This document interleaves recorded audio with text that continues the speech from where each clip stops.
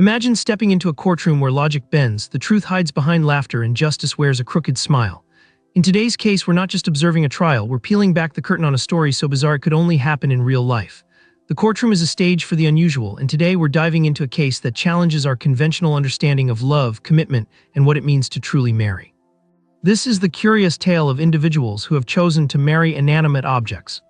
As always, all characters are presumed innocent until proven guilty, but in this courtroom the verdict might surprise you.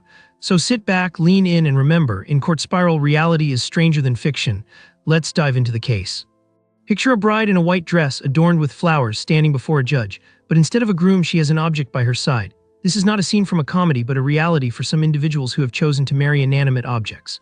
The phenomenon, often met with raised eyebrows and laughter, raises deep legal and philosophical questions. What drives someone to take such a step? Is it love, an expression of identity, or simply a form of rebellion against societal norms? Throughout history, marriage has been understood as a sacred bond between individuals, typically human beings. However, the definition of love and commitment has evolved. In recent years, there have been instances where people have declared their affection for objects, ranging from the bizarre to the deeply sentimental. For example, in 2007, a woman named Erika Eiffel made headlines when she married the Eiffel Tower in a ceremony that attracted media attention from around the globe. Erika described her relationship with the iconic landmark as a kind of love that transcends the physical. She even referred to the Eiffel Tower as her husband, emphasizing her emotional connection to the structure. Erika's case is not an isolated incident. There are numerous accounts of individuals marrying objects, from bridges to video game characters.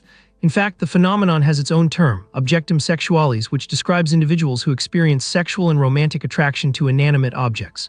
This phenomenon invites us to consider a broader definition of love, one that goes beyond traditional human relationships.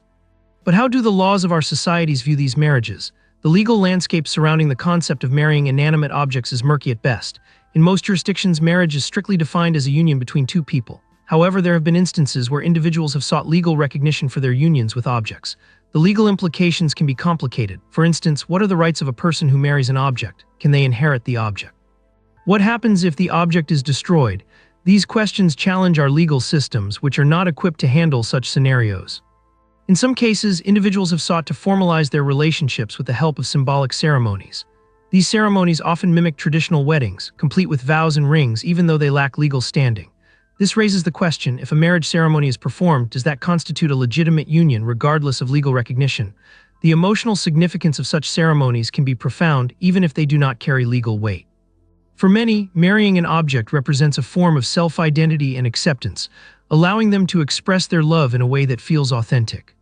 One of the most notable aspects of these unions is the emotional connection that individuals claim to have with their chosen objects. Many people who marry inanimate objects describe their relationships as fulfilling and meaningful. They often report feeling a sense of companionship and comfort that they may not have found in human relationships. This begs the question, can love be genuine if it is directed toward an object? To explore this idea further, we can look at the psychological aspects of objectum sexualis. Psychologists suggest that for some individuals, these relationships can serve as a coping mechanism. They provide a safe space where one can feel loved and accepted without the complexities and challenges that often accompany human relationships. In a world where many experience loneliness and isolation, the allure of a loving, albeit inanimate, partner can be comforting. However, the phenomenon is not without its critics. Some argue that these relationships undermine the traditional concept of marriage. They contend that love must be reciprocated to be considered true love.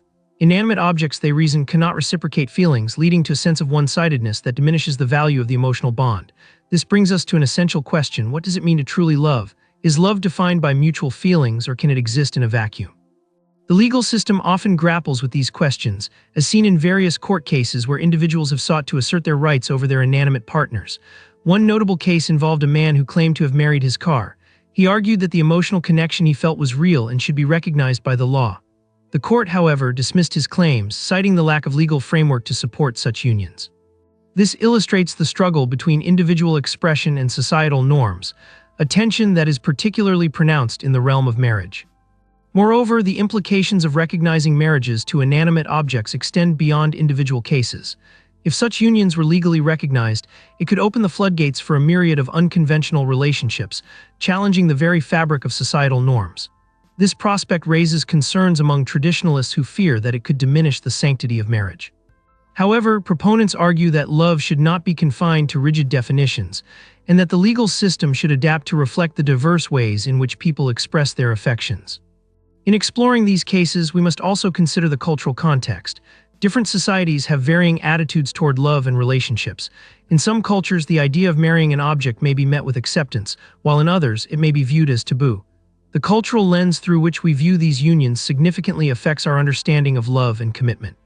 As we navigate through this intricate web of emotions, legalities, and societal norms, we must acknowledge the humanity behind these stories. Each individual who chooses to marry an inanimate object does so for reasons that are deeply personal and often tied to their identity. Their choices reflect their desires for acceptance, love, and companionship in a world that can often feel isolating. In conclusion, marrying an inanimate object may seem peculiar at first glance, but it opens up a broader conversation about love, identity, and the evolving nature of relationships. It challenges us to reconsider our definitions of love and what it means to be committed to someone or something. As we continue to explore the intersections of law and love, we must remain open to the diverse expressions of affection that exist in our world. So the next time you hear about someone marrying an object, remember this. In the vast landscape of human emotions, love can take on many forms. Whether it's a person, an animal, or an inanimate object, the essence of love is the connection we forge and the meaning we derive from our relationships. In this courtroom, where reality is stranger than fiction, the verdict may not be what we expect, but it surely reminds us of the complexities of love in all its forms.